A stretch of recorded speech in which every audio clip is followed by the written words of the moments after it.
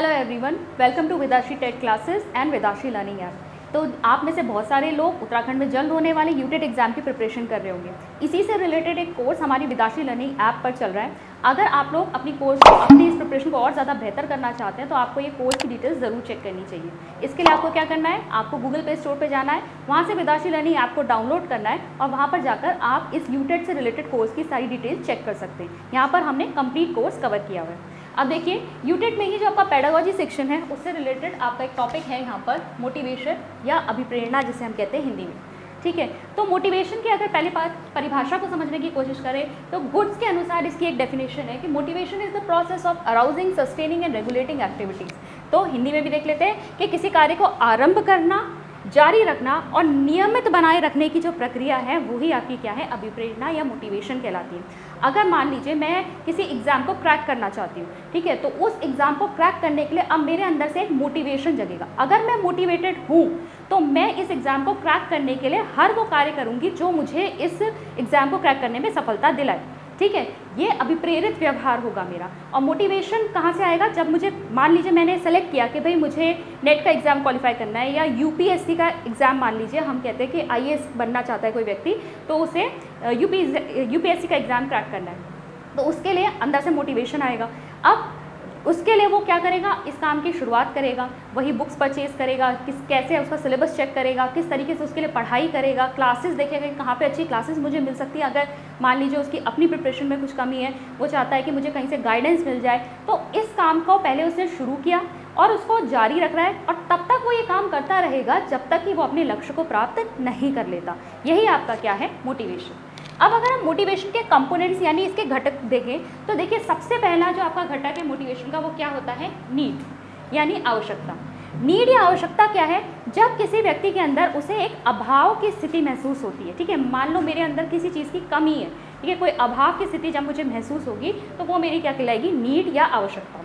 अब नीड या आवश्यकता जो है वो दो तरह की हो सकती है। पहली तो है आपकी प्राइमरी नीड्स, जिसे हम कहेंगे प्राथमिक आवश्यकताएं, और दूसरी है आपकी सेकेंडरी नीड, जिसे हम कहेंगे गौण आवश्यकताएं। अब प्राइमरी नीड्स में बेसिकली आपकी फिजिकल नीड्स आती हैं, जो हमारी शारीरिक आवश्यकताएं होती हैं, जिनके बिना हम जी नहीं सकते। ठीक है, हमारे जीवन या लाइफ सस्टेन करना पॉसिबल नहीं होगा, जैसे भोजन, जल, आश्रय। भाई रोटी, कपड़ा, मकान, छत, हमें ये सब चाहिए, इसके बिना हम जी नहीं पाएंगे। भोजन ना करें या पानी ना पिए तो हम जो है जी नहीं सकते। अगर हमारे पास धूप, गर्मी, सर्दी, इन सब से बचाने के लिए अपने पास आश्रय नहीं होगा तो भी हम जी नहीं पाएंगे। तो ये आपकी जो फिजिकल नीड्स है, यही आपकी क्या होती हैं, प्राथमिक आवश्यकताएं या प्राइमरी नीड्स।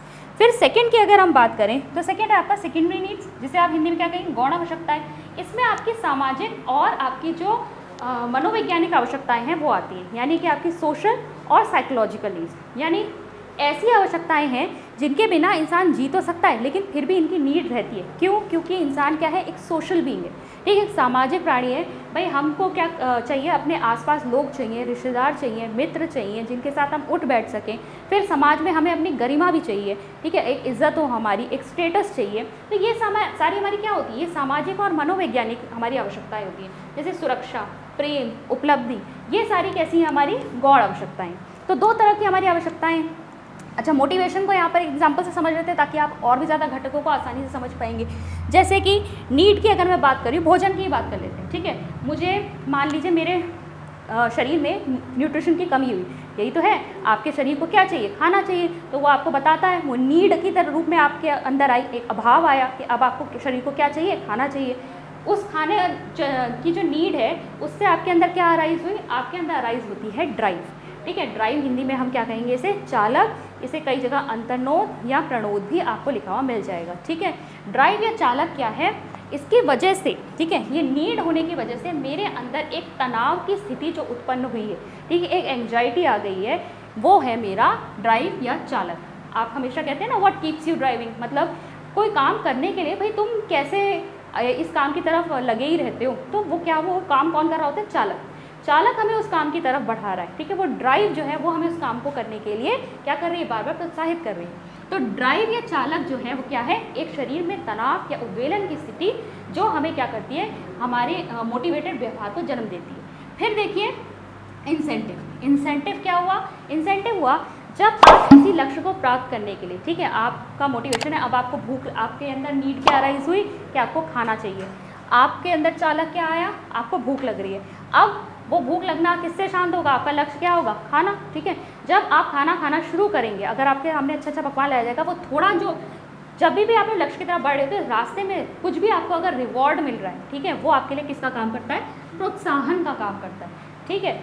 जैसे खाने की ही बात कर लेंगे, मेन कोर्स आने से पहले आप कहते हैं थोड़ा स्टार्टर ले लो, प्रोत्साहन का काम करता है। थोड़ी देर भाई भूख आपकी क्या होगी, आपको अभी पूरा खाना खाना है लेकिन आप थोड़ा सा उसको शांत करेंगे। फिर यह है इंसेंटिव या प्रोत्साहन।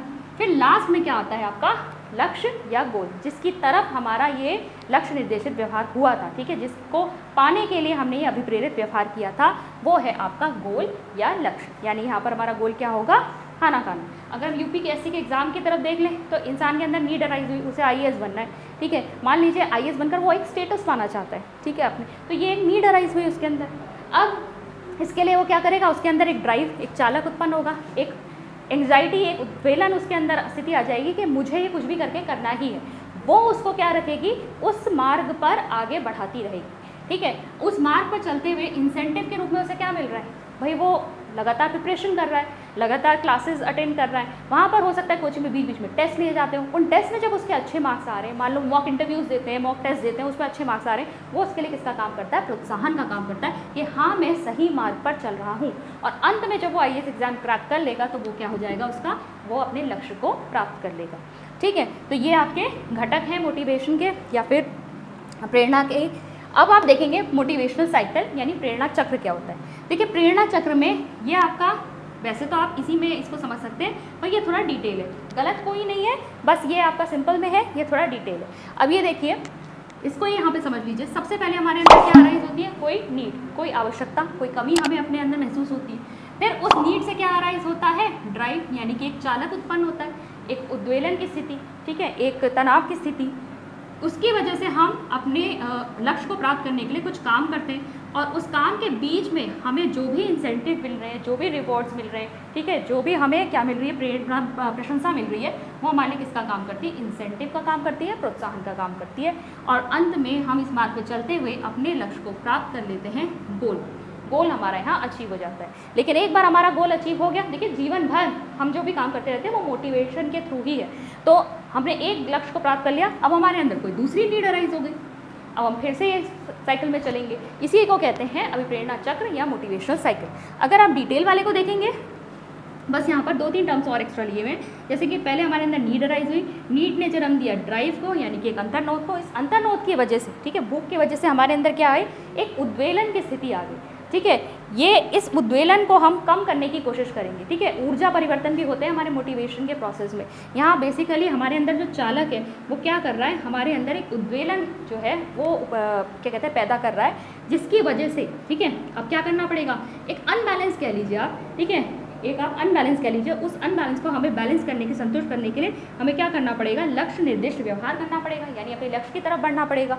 और इस लक्ष्य निर्दिष्ट व्यवहार की तरफ पहुंचते हुए जब हम फाइनली, हमारे बीच बीच में जो अचीवमेंट्स मिलते हैं, उपलब्धियां मिलती हैं, ठीक है, यानी कि हम अपने गोल तक अगर पहुंच जाते हैं, हमें हमारा लक्ष्य मिल जाता है, तो उससे क्या होता है, ये जो उद्वेलन की स्थिति है इसमें कमी आ जाती है, ठीक है। जो हमारे अंदर एक टेंशन, जो एक उद्वेलन की स्थिति थी, तनाव की स्थिति थी, उसमें कमी आ जाती है, रिड्यूस हो जाती है।